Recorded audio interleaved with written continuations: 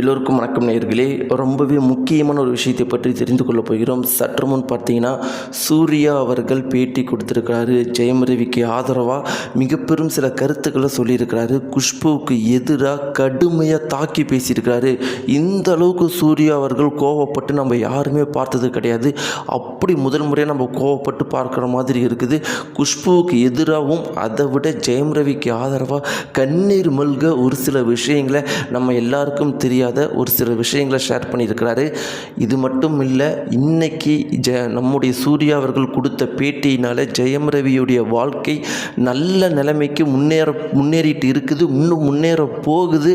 அது என்ன அப்படிங்கிற அந்த சந்தோஷமான விஷயத்தை பற்றியும் நாம் தெரிந்து கொள்ள போகிறோம்.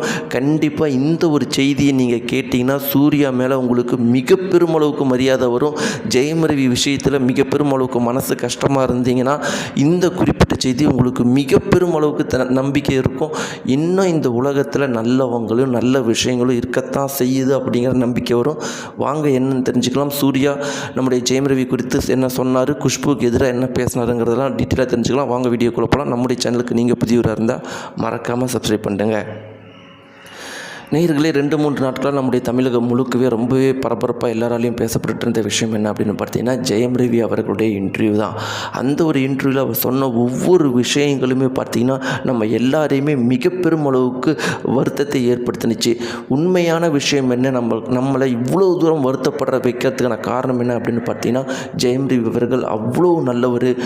நம்முடைய கோலிவுட் இண்டஸ்ட்ரியில் ஒரு சின்ன கெட்ட பேர் கூட இல்லாதவர், வேறு எந்த ஒரு ஹீரோயினோடையோ இல்லை வேறு எந்த ஒரு தவறான பழக்க வழக்கமும் இல்லாதவர், நமக்கு ஒரு மிகப்பெரிய செலிபிரிட்டி, இப்படி எல்லா குவாலிட்டிஸுமே இருந்தும் ஒரு நல்ல மனைவியை சூஸ் பண்ண தெரியாத ஒரு காரணத்தினால இன்றைக்கி பேட்டியில் எனக்கு ரத்த வாந்தி வருது அப்படின்னு சொல்கிற அளவுக்கு அவர் வந்துட்டார். அந்த ஒரு குறிப்பிட்ட விஷயம்தான் எல்லாரையுமே அதிர வச்சுருக்குது.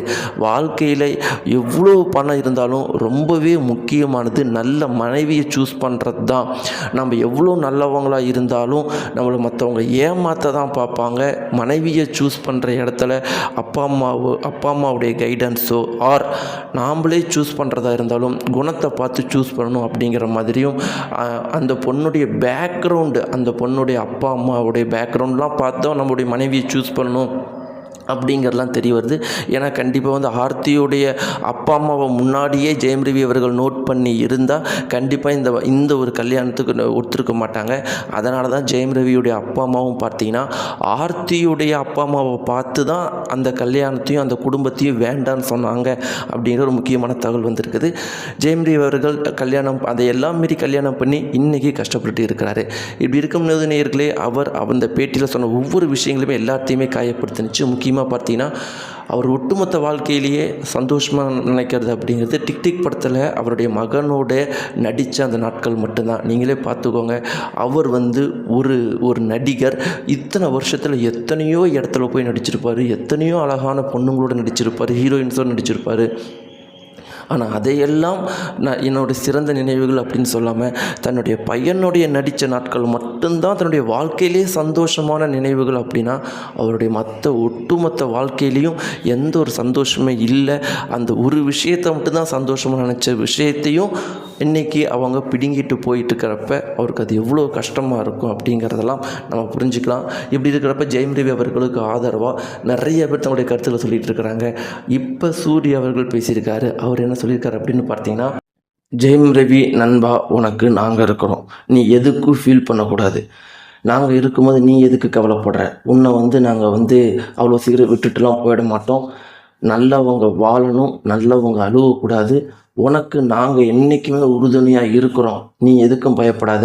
எங்களை மீறி உன்னை யாரால் என்ன பண்ணிட முடியும் அப்படிங்கிறத நாங்கள் பார்த்துக்குறோம்.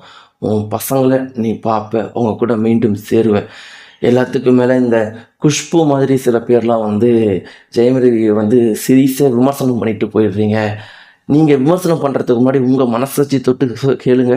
உங்களுக்கே தெரியும்ல ஜெயம் ரவி எப்படிப்பட்ட மனுஷன்னு. உங்களால் எப்படி அவரை விமர்சனம் பண்ண முடியுது? உங்களுக்கே தெரியும் அவனை விமர்சனம் பண்ணுறதுக்கு உங்களுக்கு எந்த ஒரு தகுதியும் இல்லை அப்படின்னு. அதையும் மீறி எப்படி நீங்களே விமர்சனம் பண்ணுறீங்க? அந்த மனுஷன் பாவம், அந்த மனுஷனை வாழ விடுங்க. அவனோட சாபம் உங்களை சும்மா விடாது. அதே மாதிரி இன்னொரு முக்கியமான விஷயம் என்ன அப்படின்னு பார்த்தீங்கன்னா, நண்பா ஜெயம் ரவி, அடுத்த படத்தில் நாம் சேர்ந்து நடிக்கிறோம். நம்ம நடிக்கலாமா இல்லையான்னு நான் உன்னை கேட்கல, சேர்ந்து நடிக்கிறோன்னு நான் சொல்கிறேன். சீக்கிரமாக 2 பேரும் ஒரு படத்தில் சேர்ந்து நடிக்கிறோம். நீ கம்பேக் கொடுக்குற, அதுக்கு நான் காரணமாக இருக்கிறேங்கிற சந்தோஷத்தை நீ எனக்கு கொடுக்குற அப்படிங்கிற மாதிரி ரொம்ப உரிமையாக பேசியிருந்தார் நம்முடைய சூர்யா அவர்கள். நேயர்களே, இந்த ஒரு குறிப்பிட்ட விஷயம் மிக பெரும் அளவுக்கு சமூகத்தில் பரபரப்பாக பேசப்பட்டு வந்துட்டுருக்கு. நீங்கள் என்ன நினைக்கிறீங்க? உங்களுடைய கருத்துக்களை மறக்காமல் தெரிவிங்க. ஜெயம் ரவி அவர்களும் சூர்யா அவர்களும் சேர்ந்து நடித்தா எப்படி இருக்குன்னு நினைக்கிறீங்க? மறக்காமல் உங்களுடைய கருத்துக்களை கீழே இருக்கிற கமெண்ட்ஸ் தெரிவிங்க. சூர்யாவுடைய உதவி எந்த அளவுக்கு முக்கியமானது நீங்கள் நினைக்கிறீங்க? அதையும் மறக்காமல் கமெண்ட்ஸ் தெரிவிங்க. நன்றி.